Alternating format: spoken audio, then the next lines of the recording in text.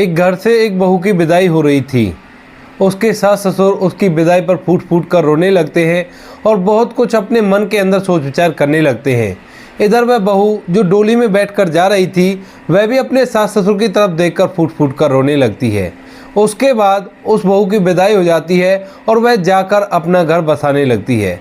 कौन थी वह बहू और किस वजह से उसकी विदाई उसके ससुराल से हो रही थी, पूरी कहानी की सच्चाई जानने के लिए वीडियो को अंत तक जरूर देखें। एक गांव के अंदर एक बड़ा ही खुशनुमा परिवार रहा करता है।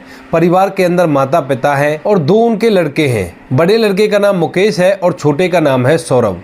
बड़े और छोटे भाई में लगभग 10 साल का डिफरेंस है और बड़ा भाई की उम्र अब शादी के योग्य हो चुकी है। बड़ा भाई जो कि एक कंपनी में काम किया करता है और अपने घर से बाइक से ड्यूटी करने के लिए जाया करता है।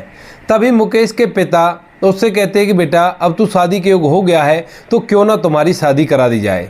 इसके बाद मुकेश पहले तो उनसे मना करता है, कहता है कि नहीं बाबूजी, अभी शादी की क्या ज़रूरत है, अभी थोड़े दिन और रुक जाओ, कुछ पैसा कमा लेने दो। लेकिन उसका पिता कहता है कि नहीं बेटा, पैसा की कोई भी दिक्कत नहीं है, क्योंकि उनके पिता के पास अच्छी खासी जमीन जायदाद आया करती थी जिस पर वो खेती बाड़ी किया करते थे और उससे अच्छा खासा रुपया पैसा कमा लिया करते थे। तो इसी वजह से उसके पिता कहते हैं कि नहीं बेटा, अब तेरी शादी हो जानी चाहिए।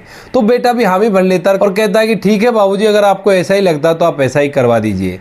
इसके बाद मुकेश के पिता मुकेश के लिए इधर उधर लड़की ढूंढने लगते हैं और कुछ दिनों में उन्हें एक लड़की मिल भी जाती है। पास ही के गांव की एक लड़की जिसका नाम था सीमा। सीमा के परिवार में उसके माता पिता और एक भैया भाभी थे। सीमा ज़्यादा पढ़ी लिखी नहीं थी, लेकिन संस्कार उसमें कूट कूट कर भरे हुए थे और वो अच्छी तरह से जानती थी कि किस तरह से गृहस्थी को चलाया जाता है। इसके बाद मुकेश के माता पिता सीमा के माता पिता के पास जाते हैं और दोनों बच्चों की शादी की बात तय कर लेते हैं।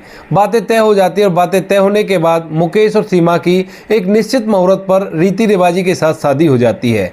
शादी होने के बाद सीमा मुकेश के घर में आती है और अच्छी तरह से मुकेश के घर को संभालने लगती है। सीमा अपने सास ससुर का अच्छे से ख्याल रखा करती, अपने छोटे देवर को अपने बेटे के स्थान पर रखा करती और उसकी छोटी बड़ी गलतियों को माफ करते हुए उसका पालन पोषण करने लगती है। इधर जो सीमा का पति मुकेश है, वह भी अपनी इस पत्नी को पाकर बड़ा ही धन्य होता है, क्योंकि वह उसका भी अच्छे से ख्याल रखा करती। मुकेश कंपनी जाया करता और कंपनी से पैसे कमा कर लाया करता है। कुछ उनकी पुश्तैनी जमीन थी, उससे पैसा कमा करता, तो परिवार में किसी भी तरह की कोई भी दिक्कत नहीं होती है। ये परिवार बड़ा ही खुशनुमा था और परिवार के हर सदस्य को अपने रिश्ते के बारे में पता था और उन्हें पता था कि किस तरह से जीवन को जिया जाता है। गांव वाले इस परिवार को देखकर उनकी बहुत सारी बड़ाई करते हैं और तभी अचानक से इस परिवार को किसी की नज़र लग जाती है। एक दिन मुकेश अपने घर से खुशी खुशी निकलता है ड्यूटी जाने के लिए, लेकिन जैसे वह जा रहा था तो रास्ते में बाइक से उसका एक्सीडेंट हो जाता है और एक्सीडेंट के कारण उसकी मौत हो जाती है। अब यह खबर जैसे मुकेश के माता पिता को पता चलती है तो उन लोगों को इस बात पर पहले तो विश्वास नहीं होता, लेकिन फिर जब वो वहां पर जाकर देखते हैं तो फूट फूट कर रोने लगते हैं। सीमा को इस बारे में पता चलता है कि उसके पति की मौत हो चुकी है, तो वह इस बात को बर्दाश्त नहीं कर पाती है और वह एकदम से बेहोश हो जाती है।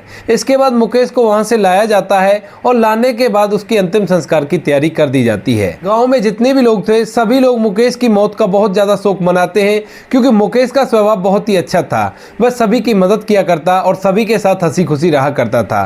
किसी भी व्यक्ति से गाँव के अंदर उसका अब तक कोई भी झगड़ा नहीं हुआ था और ना ही कोई व्यक्ति उससे दुश्मनी रखा करता था।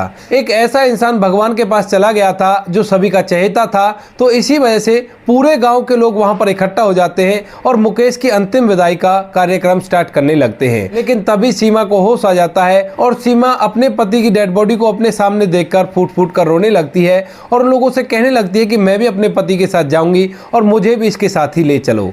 इस बात को देखकर सीमा के सास ससुर बहुत ही ज्यादा परेशान होते हैं और वह अपनी बहू को समझाते हैं और कहते हैं कि बेटी ऐसा नहीं किया करते, जो हो गया सो हो गया, उसमें ऊपर वाले की मर्जी थी, तुम्हारी कोई भी मर्जी नहीं थी। इस बात का गम मुकेश के माता पिता को भी काफी था, लेकिन सीमा जिसकी जिंदगी बसने से पहले ही उजड़ गई थी, वो सबसे ज्यादा इस बात से परेशान थी। अभी उनकी शादी को 8 ही महीने हुए थे और 8 महीने बाद अचानक से कुछ ऐसा हो गया था जिसको एक्सेप्ट करवाना सीमा के लिए बड़ा ही मुश्किल था।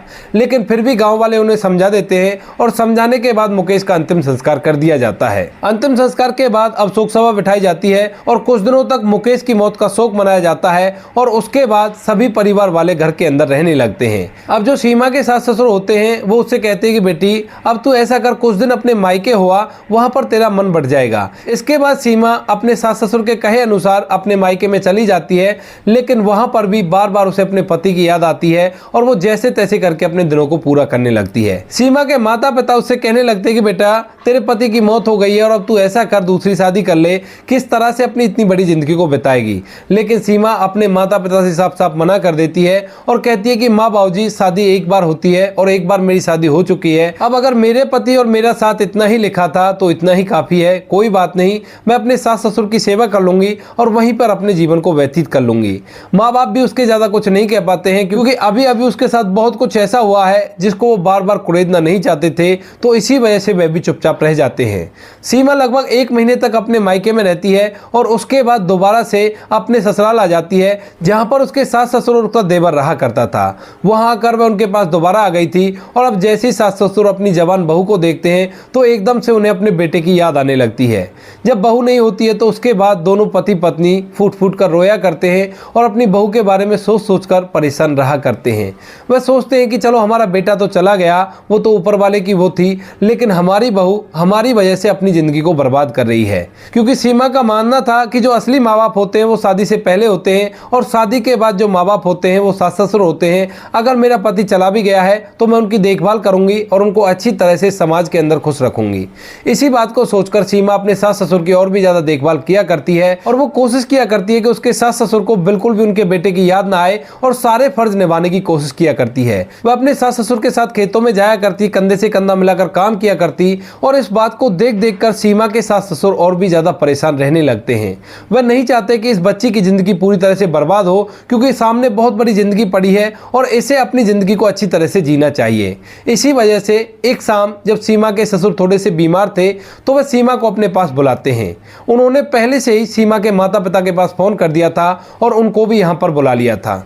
सीमा भी आ गई थी और उसके माता पिता भी थोड़ी देर में वहां पर आ जाते हैं और सभी लोगों के सामने वह सीमा से रिक्वेस्ट करने लगते हैं और कहते हैं कि बेटी तेरे सामने बहुत बड़ी जिंदगी पड़ी है और हमसे ये सब कुछ देखा नहीं जाता, क्योंकि अगर हमारी वजह से तेरी जिंदगी बर्बाद हो गई तो हम किसी को भी मुंह दिखाने लायक नहीं बचेंगे। सीमा अपने सास ससुर से कहती है कि बाबूजी आपको परेशानी क्या है, मैं आराम से घर के अंदर रहा करती हूँ, आपकी सेवा किया करती हूँ और इससे मुझे खुशी मिलती है। अगर आप दूसरी शादी कराना चाहते हो तो दूसरी शादी मैं नहीं करना चाहती, क्योंकि शादी जिंदगी में एक बार होती है और एक बार मेरी शादी हो चुकी है। इसके बाद सीमा के माता पिता भी उसे समझाने की कोशिश करते हैं, लेकिन वह साफ साफ मना कर देती है। अपने सास ससुर से कहती है कि माँ बाबूजी आप मेरे पति के माँ बाबूजी हो तो आप मेरे भी माता पिता हुए, तो मेरा फर्ज बनता है कि जितनी भी जिंदगी मेरी बची है उस जिंदगी को आपकी सेवा में निकालूं और उसके बाद जीवन जहां पर ले जाएगा वहां पर मैं चली जाऊंगी। इस बात को सुनकर सभी लोग अपनी आंखें नम कर देते हैं, क्योंकि सीमा वाकई में एक अच्छी बहू थी और वह अच्छे से अपने सास ससुर का ख्याल रख रही थी और उसके माता पिता भी इस बात को देखकर थोड़े से मायूस हो गए थे। इसके बाद सीमा के ससुर जी कहने लगते हैं कि बेटा अगर ऐसी बात है तो तू ऐसा कर, मुकेश के छोटे भाई से शादी कर ले। अब इस बात को सुनकर सीमा साफ साफ मना कर देती है और कहती है कि मेरा देवर मेरे बेटे के समान है और आप लोग कैसी बातें कर रही हो, आपको जरा भी शर्म नहीं आती, मैं अपने बेटे से शादी कैसे कर सकती हूँ। इस बात को वहीं पर बैठा हुआ देवर भी सुन रहा था और इस बात को सुनते ही उसकी आंखों में आंसू आ जाते हैं, क्योंकि अब तक उसकी माँ उसमें माँ की तरह प्यार कर रही थी, लेकिन आज उसने उसे अपना बेटा कह ही दिया था। मुकेश का छोटा भाई भी वहां पर फूट फूट कर रोने लगता है और सभी परिवार वाले इस बात को लेकर बड़े ही परेशान थे। लेकिन फिर जो सीमा के पिता होते हैं वो एकदम से अपनी बेटी को समझाते हैं और कहते हैं कि बेटी तेरे सास ससुर ठीक कर रहे हैं, अगर तू इस तरह से अपनी जिंदगी को व्यतीत करेगी, चलो ठीक है, अब तो तू अपने माता पिता की सेवा कर लेगी, अपना पूर्ति भी अच्छी तरह से पाल लेगी, लेकिन उसके बाद क्या होगा? जब तेरा बुढ़ापा आएगा और ये लोग इस संसार को छोड़कर चले जाएंगे तो तू कहाँ रहेगी? आगे कोई तुम्हें अपने पास रखे या ना रखे इसकी क्या गारंटी होगी? जीवन बहुत बड़ा है और ये ऐसे ही नहीं बिताया जाया करता। इस बात को सुनने के बाद सीमा थोड़ी देर तक खामोश होती है। इसके बाद सीमा अपने माता पिता से और अपने सास ससुर से कहती है, अगर आप ऐसा ही चाहते हो तो आप मुझको एक रात सोचने का समय दीजिए और उसके बाद मैं आपको बताऊंगी। ऐसा कहकर सीमा अपने कमरे की तरफ चली गई थी और सीमा के माता पिता वहीं पर रुकने का फैसला कर लेते हैं। रात हो जाती है और रात भर सीमा इसी बारे में सोचती रहती है कि क्या मेरे माता पिता और मेरे सास ससुर सही कह रहे हैं, क्या मुझे ऐसा करना चाहिए या नहीं करना चाहिए। इस बात को सोच सोचकर सुबह तक सीमा एक फैसला कर चुकी थी और जैसे सुबह होती है तो पूरा परिवार उसके फैसले की राह देख रहा था और सीमा आकर अपना फैसला सुना देती है। कहती है कि ठीक है माँ बाबू जी, अगर आप चाहते हो तो मैं दूसरी शादी कर लूँगी, लेकिन आपको शादी ऐसी जगह करनी होगी जहाँ से मैं आपका भी ख्याल अच्छी तरह से रख सकूँ और अपने छोटे देवर का भी ख्याल अच्छी तरह से रख सकूँ। आप जैसा भी रिश्ता देखोगे मुझे कोई भी आपत्ति नहीं है, लड़का चाहे कैसा भी हो उससे मुझे कोई भी परेशानी नहीं है, लेकिन शादी ऐसी जगह पे करना जहां से मैं आपका अच्छे से ख्याल रख सकूं। इसके बाद उसके सास ससुर सीमा की इस बात को मानने के लिए एग्री हो जाते हैं और गांव के अंदर ही उसके लिए ऐसा लड़का ढूंढने लगते हैं जिसको सीमा के सास ससुर से कोई भी परेशानी नहीं हो और सीमा उस लड़के के माता पिता के साथ उसके सास ससुर का भी ख्याल रख सके। गाँव में चारों तरफ ये बात फैल गई थी और धीरे धीरे कुछ लोग सीमा के बारे में गलत बातें करने लगते हैं। कहते हैं कि एक ऐसी बहू है अब गाँव के अंदर ही दूसरी शादी करेगी और उसके बाद सास ससुर की सेवा करने के लिए भी बोल रही है। लेकिन सीमा के सास ससुर इन सभी बातों को नेगलेक्ट करते हैं और सीमा के लिए उसी गांव में लड़का ढूंढने लगते हैं। ढूंढते ढूंढते उनकी निगाह में एक लड़का आ जाता है जिसका नाम होता है शेखर। शेखर के परिवार में कोई भी नहीं था और उसके पास थोड़ी बहुत जमीन थी। उसके बाद वे शेखर से सीमा की बात करते हैं और शेखर भी शादी के लिए राजी हो जाता है। सीमा के सास ससुर उसको बताते हैं कि सीमा ऐसे ऐसे कह रही है कि वो हमारी भी देखभाल करना चाहती है, तो आपसे गुजारिश है कि स्टार्टिंग में उसको बिल्कुल मत रोकना, लेकिन धीरे धीरे वो आपके पास रहने लगेगी और कोई भी कैसी भी दिक्कत नहीं होगी। लेकिन शेखर भी बहुत ही अच्छा इंसान था, तो वो कहता है कि कोई बात नहीं अंकल जी, अगर ऐसी बात है तो वो बेशक से आपकी देखभाल कर सकती है और मुझे इससे कोई भी परेशानी नहीं है। ऐसा कहकर बातें तय हो जाती हैं और बातें तय होने के बाद सीमा और शेखर की शादी सीमा के ससुराल वाले करा देते हैं, यानी कि सीमा के सास ससुर, और उसकी विदाई अपने घर से ही कर देते हैं। जब सीमा की विदाई होती है तो उस टाइम पर सीमा के सास ससुर की आंखों से आंसू टपकने लगते हैं। उन्हें लगता है कि वो अपनी बेटी को विदा कर रहे हैं और आज उनका बेटा संसार से हमेशा हमेशा के लिए चला गया है। इधर जो सीमा है वो भी अपने सास ससुर की तरफ देखती है और उसके माता पिता भी वहां पर थे, तो उन सभी की तरफ वो देखते हुए फूट फूट कर रोने लगती है और रोते रोते उस घर से विदा होकर शेखर के घर में चली जाती है और वहां पर रहकर जीवन यापन करने लगती है। धीरे धीरे सीमा अपने सास ससुर का भी ख्याल रखा करती है, इधर शेखर के घर को भी चलाने लगती है। सीमा अच्छी तरह से वहां पर रहा करती और शेखर की सभी जरूरतों को पूरा किया करती। साथ में वह मुकेश के माता पिता का भी ख्याल रखा करती है और जब कभी मुकेश की मां बीमार हो जाया करती है तो वो सीमा मुकेश के घर पर ही रहकर उनके लिए खाना बनाया करती और शेखर के लिए भी वहीं से खाना बना दिया करती। इस बात को देखकर मुकेश के माता पिता अपने आप को धन्य समझते हैं कि उनको ऐसी बहू मिली है जो आज तक भी उनके बेटे का फर्ज निभा रही है और उनकी देखभाल कर रही है। इसके कुछ दिनों बाद मुकेश के छोटे भाई की शादी हो जाती है और शादी होने के बाद एक और दुल्हन उस घर के अंदर आ गई थी और माता पिता थोड़े से बुजुर्ग हो चले थे। अब मुकेश के छोटे भाई ने अपनी पत्नी को अपनी भाभी के बारे में सब कुछ बता दिया था कि वो मेरे माँ के समान है और माँ की तरह ही मेरा ख्याल रखा करती है और अब तक भी माता पिता की सेवा कर रही है इसी गांव में रहने के बाद भी।